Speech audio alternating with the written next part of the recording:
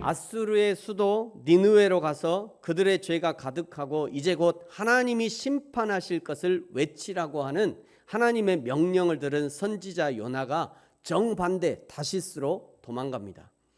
욥바항에 내려갔더니 마침 이 다시스로 가는 배를 만나게 되고요. 이것이야말로 하나님의 응답이라 생각한 요나가 기쁜 마음으로 배에 올랐습니다.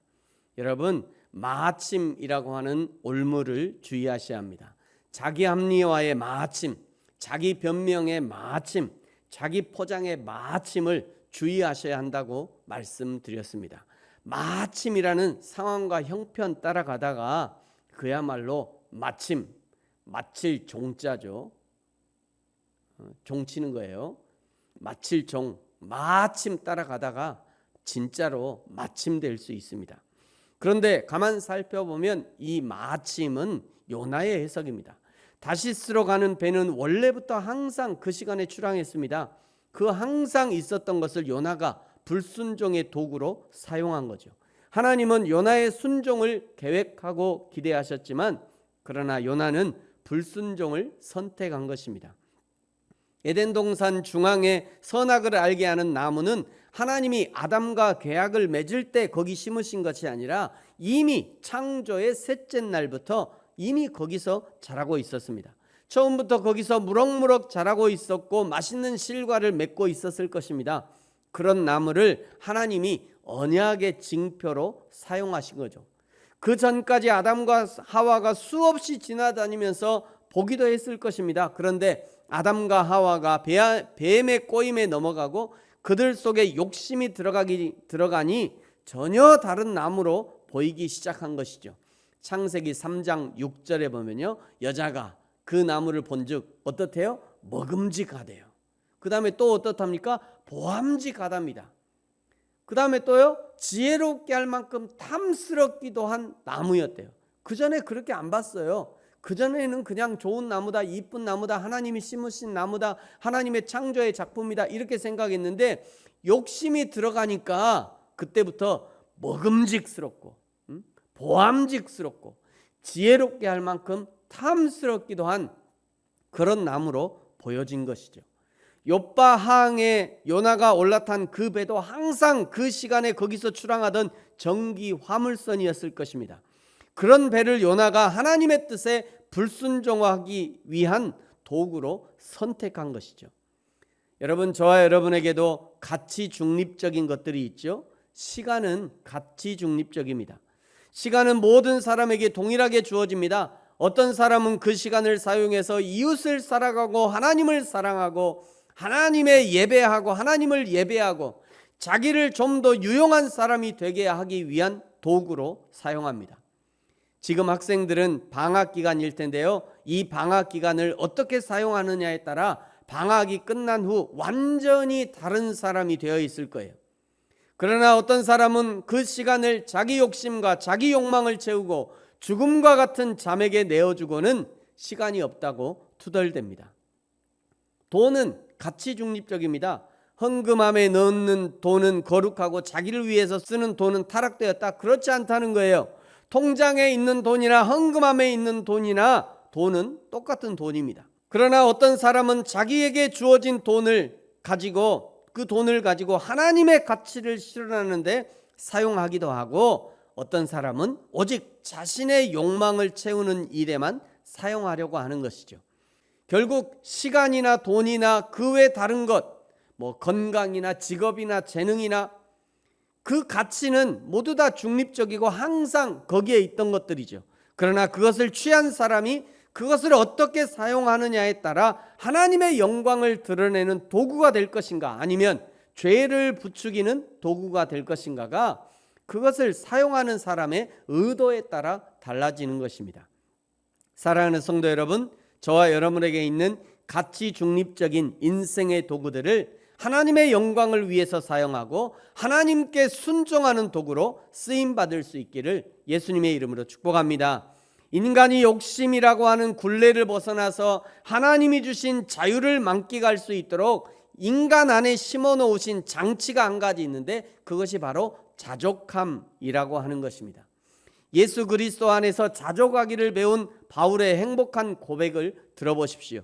빌립보서 4장 11절 13절 같이 한번 읽겠습니다. 시작.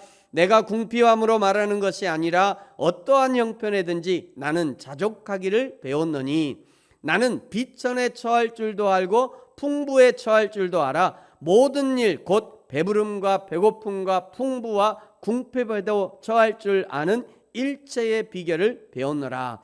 내게 능력 주시는 자 안에서 내가 모든 것을 할 수 있느니라. 아멘. 디모데전서 6장 6절은요. 그러나 자족하는 마음이 있으면 경건은 큰 이익이 되느니라. 아멘. 바울이 신약시대 최고의 신학자로 그리고 선교사로 엄청난 하나님의 일들을 이룰 수 있었던 가장 큰 비결이 바로 이 자족함이라는 것입니다. 바울은 스스로 텐트를 만들어서 자기 사역비를 감당했지만 때로 적은 사역비 때문에 활동에 제약이 있었겠지만 부족하면 부족한 대로 자족하면서 복음을 전하는 사역을 완주할 수 있었던 것이죠. 바울이 여러 교회들을 세우고 또 여러 교회들에게 자신의 사역을 도와달라고 후원해달라고 후원을 요청했지만 그러나 후원이 없다고 해서 사역을 포기한 것은 아닙니다.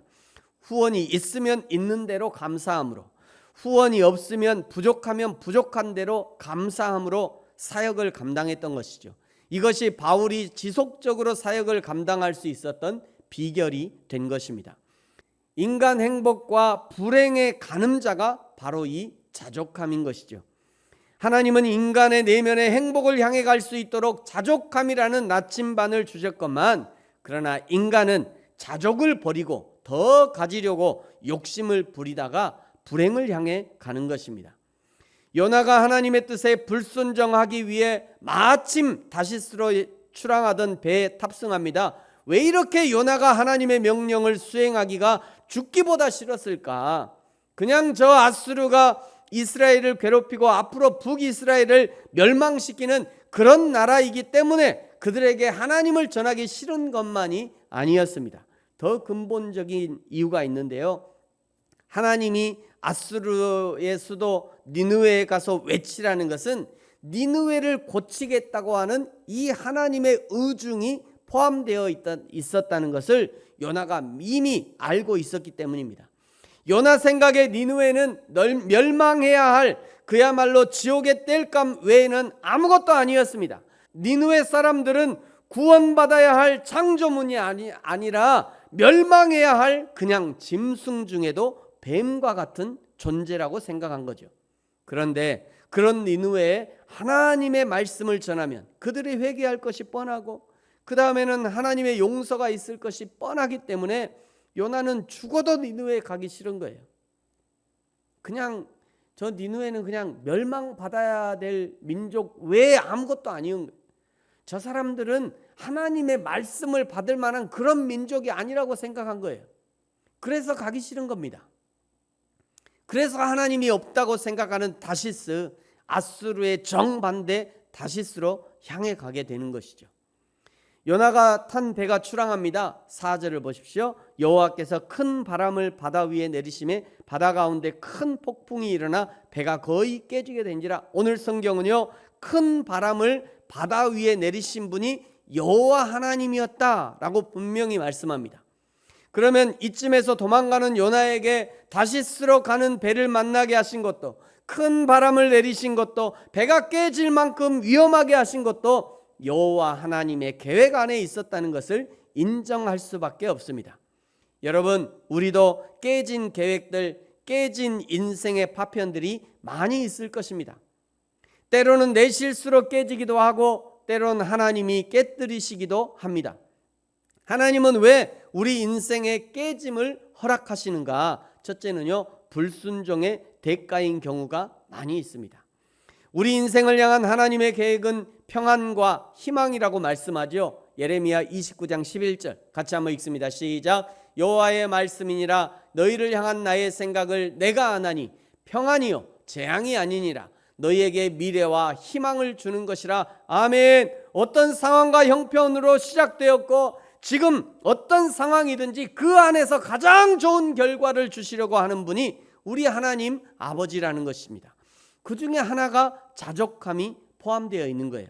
그런데 인간이 자족을 포기하고 조금 불편을 감수하면서도, 조금 관계의 깨짐을 감수하면서도, 조금 출혈을 감수하면서도 조금 더 크게, 조금 더 많이, 조금 더 안락하게 딱 한 번만 즐기자 하다가, 그러다가 어느 순간에 자기 욕심을 이기지 못하고 깨져버리는 거예요.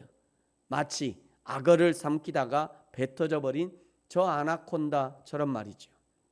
삼킬 것이 따로 있지. 삼킬 것이 따로 있지. 악어를 삼키냐고요. 내 인생에 깨어진 기억이 있다면 그때를 돌아보면 안 깨질 만한 기회가 충분히 있었다는 것도 알게 될 것입니다. 그런데 결국 깨어진 것은 내 안에 수도 없이 알려주시고 지도해 주시고 인도해 주셨던 그 성령 하나님의 말씀을 듣지 않고 내 마음대로 결정하고 내 육신이 이끄는 대로 행동하고 결정했기 때문에 결국 깨어짐이라는 결과를 얻게 되는 거죠.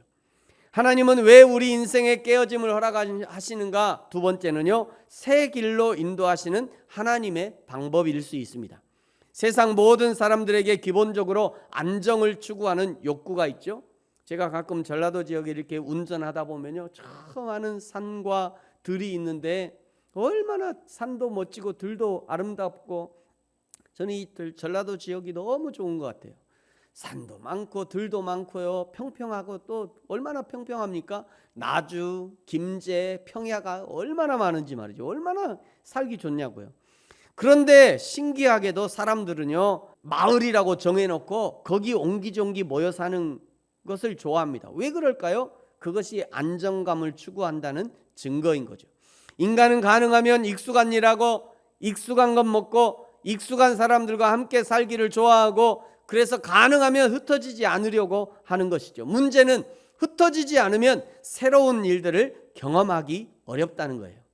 그래서 하나님은 새로운 것을 싫어하는 인간들에게 새로운 삶과 새로운 일들을 경험하게 하기 위해서 깨어짐을 허락하신다는 것입니다.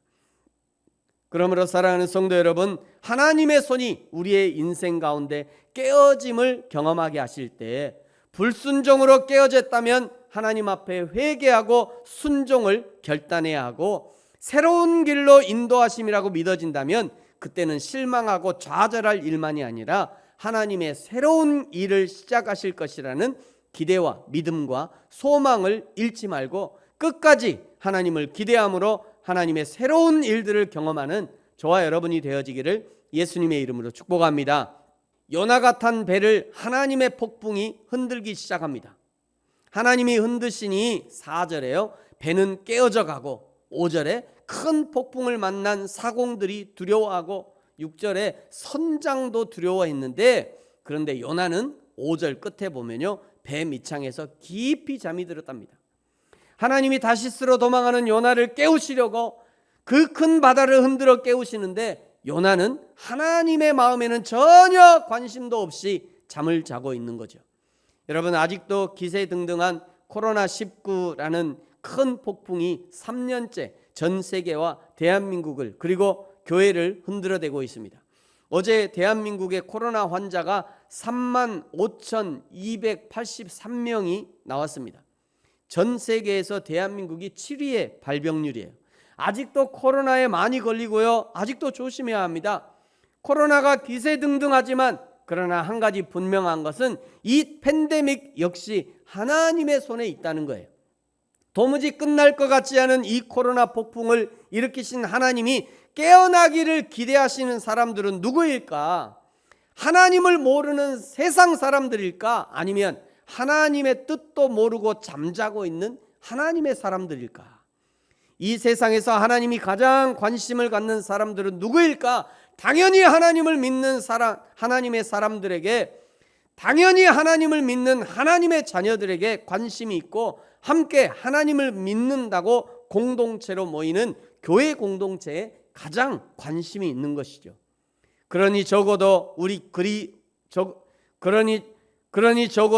기독교인들은 이 코로나의 시기를 지나면서 그저 자주 모일 수 있고 없고를 떠나서 왜 하나님이 이 코로나를 허락하셔서 우리에게 이런 어려움을 주셨는가? 코로나를 통해 깨닫기 코로나를 통해 깨닫기 원하시는 하나님의 마음은 무엇인가를 늘 생각할 수 있어야 합니다. 여러 가지가 있을 수 있습니다만 그 중에 한 가지는 예배의 현장화가 아닐까 생각합니다. 내가 있는 모든 곳이 예배의 현장이 되게 하는 것이죠. 처음에 온라인 예배 드릴 때는요, 미리 준비했느니 잠옷을 그대로 입고 예배하느니, 예배 도중에 이리저리 움직이니 그러면 예배가 안 되느니, 예배하는 사람들 집에서 온라인으로 예배할 때 똑바로 하라니 이런 얘기를 많이 했었잖아요. 그런데 온라인 예배 3년을 보내면서 적어도 지금은 그런 얘기 하지 않습니다. 왜냐하면 그런 이야기를 하지 않는다는 것은 그런 것이 예배의 중요한 요소가 아니라는 것을 알게 되었다는 거예요. 예배하는 성도들도 알게 되었고요, 또 예배를 지도하는 목회자들도 그것이 그렇게 중요한 것이 아니었구나 라고 알게 된 겁니다.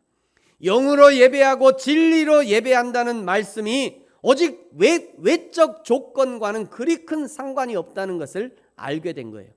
그럼에도 불구하고 코로나로 인하여 현장 예배가 50% 이상 감소한 교회가 부지기수고요, 한 해 문 닫는 교회가 폭발적으로 늘어난 것은 사실입니다. 작년 통계에 의하면 한 해에 3,000교회가 문을 닫는다고 합니다. 한 해에 3,000교회가요. 코로나 시기를 지나면서 대폭 늘어난 거죠. 여러분, 그 한 해에 3,000교회가 문을 닫는 그 폭풍 속에 우리 부르심 교회도 포함되어 있는 거예요. 우리 교회는 안전하고 그러지 않습니다. 다 마찬가지입니다. 한 해에 3,000교회씩 문 닫는 이 폭풍 가운데 우리 부르심 교회도 포함되어 있는 거예요. 여러분, 저와 여러분이 섬기는 부르심 교회를 위해서 기도해 주시기 바랍니다. 부르심 교회도 이 폭풍의 한가운데 있다는 것을 잊어서는 안 되는 것이죠. 교회는 하나님의 것이며 하나님께서 책임지십니다. 동시에 그 교회를 책임지라고 저와 여러분을 이 교회에 보내신 거예요. 그 책임을 다하심으로 계속해서 부르심 교회가 교회로서의 역할을 감당할 수 있도록 기도하고 협력해 주시기 바랍니다. 깨져가는 배를 보면서 선원이 이 폭풍의 원인을 찾기로 합니다. 7절에 보십시오. 선원이 풍습대로 제비를 뽑습니다. 그리고 요나가 뽑히죠. 8절에 선원들이 요나에게 너는 누구냐? 어느 민족, 어느 나라 민족이냐? 묻습니다. 요나가 대답하죠. 9절입니다.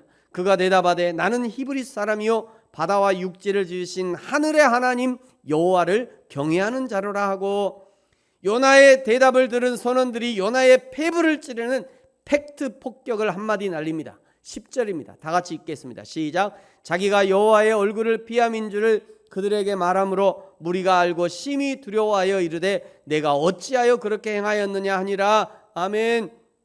그냥 평이하게 기록이 되어 있습니다만 현장의 소리는 이거 미친 거 아닌가, 이거 진짜 이 개독교 아니야, 이게 사람을 죽이려고 작정을 했네, 이런 아주 험한 말들이 오갔을 거예요. 여러분, 뱃사람들이 얼마나 험합니까? 왜냐하면 그 사람들은 매일 바다에서 목숨을 거는 사람들이잖아요. 그런 사람들 앞에서 그런 사람들의 입이 얼마나 거친지, 이거 진짜 너 미친 거 아니야? 이런 말들이 아주 툭툭 튀어나왔을 겁니다. 마태복음 5장에는요 그리스도인의 정체성과 역할에 대해서 예수님께서 분명하게 규정해 주신 말씀이 등장합니다. 너희는 세상의 소금이니 소금이 만일 그 맛을 잃으면 무엇으로 짜게 하리요? 후에는 아무 쓸데없어 다만 밖에 버려져 사람에게 밟힐 뿐이니라. 너희는 세상의 소금이라 산 위에 있는 동네가 숨기지 못할 것이요. 아멘. 소금은요 음식에 맛이 나게 하는 역할을 합니다. 아무리 최고급 재료로 음식을 만들었다 해도 거기 소금이 들어가지 않았다면 그 음식은 맛없는 음식이라 할 것입니다. 소금을 넣기만 해도 안 됩니다. 음식에 들어간 소금은 반드시 녹아야 합니다. 녹아서 음식의 재료들과 섞여져야 그제야 본연의 음식 맛을 나게 한다는 것이죠.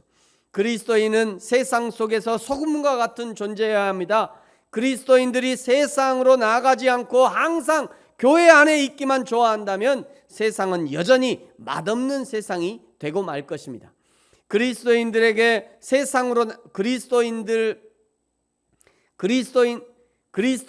세상으로 나가서 맛없는 세상을 맛있는 세상으로 만들어 가야 합니다. 사기꾼들이 득실거리는 세상에 그리스도인들이 나가서 무엇이 성실함인지, 무엇이 진실함인지, 무엇이 충성인지를 그리스도인들이 보여줘야 하는 거죠. 무엇보다도 사랑이 식어버린 세상 속에서 하나님을 사랑하고 이웃을 사랑하는 모습이 어떤 모습인지 그리스도인들이 세상 속에서 보여줘야 합니다. 그래야 세상이 맛있는 세상으로 회복되어지는 것이죠. 또 그리스도인을 세상의 빛이라고 말씀하셨습니다. 빛은 어두운 세상을 밝히는 역할을 할 뿐 아니라 세상이 활력을 유지할 수 있도록 에너지를 공급합니다. 빛이 있어서 봄, 여름, 가을, 겨울의 4계절이 순환할 수 있는 것이고요. 빛이 있어서 동물, 식물들이 살아가는 것이고, 빛이 있어서 바다도 생명을 유지하는 것이죠. 만약 세상에 그리스도인이 없다면 세상은 하루아침에 썩어 문드러져 버릴 것입니다. 그런 세상을 지탱할 힘을 제공하는 것이 그리스도인이어야 한다는 것이죠. 그래서 그런 그리스도인을 15절 16절에 보시면요, 사람이 등불을 켜서 말 아래 두지 아니하고 등경 위에 두나니 이러므로 집안 모든 사람에게 비치느니라. 16절, 이같이 너희 빛이 사람 앞에 비치게 하여 그들로 너희 착한 행실을 보고 하늘에 계신 너희 아버지께 영광을 돌리게 하라. 아멘. 그리스도인이면서도 그리스도인의 역할을 하지 못한 요나를 뱃사람들이 나무라는 것이죠. 내가 어찌하여 그렇게 행하였느냐. 그리스도인이 왜 그러셨나요? 교회 다니는 사람이 왜 그랬어요? 교회에서 장로, 권사, 집사님이라면서 왜 그러셨어요? 오늘 요나가 선원들에게 듣는 이 탄원은 오늘을 사는 우리 그리스도인들은 심각하게 들을 수 있어야 합니다. 최근에 도무지 이해할 수 없는 뉴스들이 연달아 나옵니다. 왜 세상이 이렇게도 각박한 세상이 되어져 갔는가? 왜 정치인들은 저렇게도 뻔뻔하게 거짓말을 대놓고 하는가? 그리스도인이라는 사람들이 어떻게 세상 사람들도 하지 않는 그런 죄의 모습에 그대로 노출이 되어 너무도 뻔뻔한 삶을 살아가는가? 세상에서 소금이 그 맛을 잃으니 맛없는 세상이 되어버리는 것이고, 빛이 그 빛을 잃어버리니 세상엔 어두움과 절망만이 가득한 것입니다. 사랑하는 성도 여러분, 저와 여러분을 사명자로, 요나로, 그리스도인으로 불러주신 하나님의 뜻을 날마다 깨달아 알고 내가 어찌하여 그렇게 행하였느냐라는 질책이 아니라 당신 때문에 세상이 맛이 나고 당신 때문에 세상에 빛이 나며 당신의 그 섬김이 하나님 나라에서 해와 같이 빛날 것이라고 하나님과 사람 앞에서 칭찬 듣는 저와 여러분이 되어지기를 예수님의 이름으로 축복합니다. 기도하겠습니다.